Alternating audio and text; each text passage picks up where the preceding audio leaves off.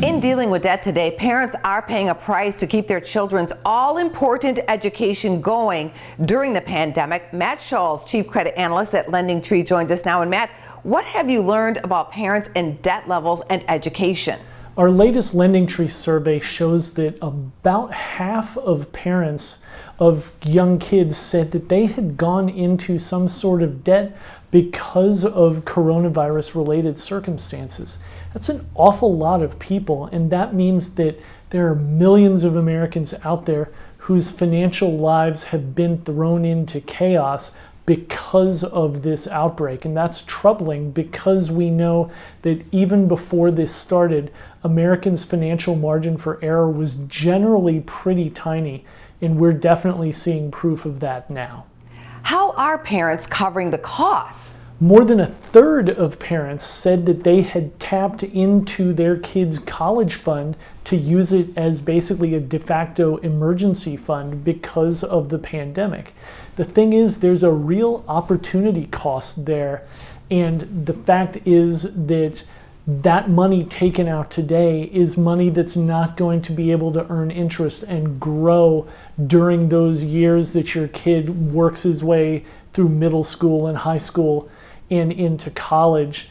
And the unfortunate thing is, though, that with tough economic times, priorities have to change. And yes, it's great to put money away in that college fund, but if it's a choice between putting money away for college in several years and keeping the lights on or keeping food on the table right now, that's a pretty easy choice. This has to be a heavy burden on parents who have to purchase big items such as computers, very expensive. About 60% of parents with young kids said that they had spent some sort of money on distance learning. And the thing is, that's really only going to continue because even when things improve, there's still probably going to be an awful lot of parents doing distance learning because things won't quite get back to normal as fast as we might like it. And distance learning isn't cheap. I know this as a parent with a kid who's going through it as well.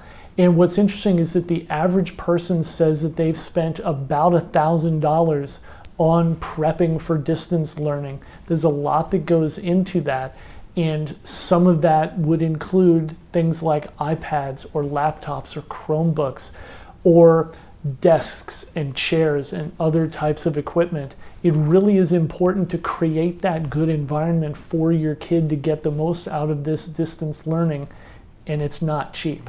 What can parents do in this situation? What's your advice? One thing that I hope comes out of this pandemic and all the financial chaos surrounding it is that people understand the need for an emergency fund. When things go super crazy, topsy-turvy, it's not always possible to have enough of an emergency fund, especially if you are hit by a job loss, a medical emergency, and other things all at once.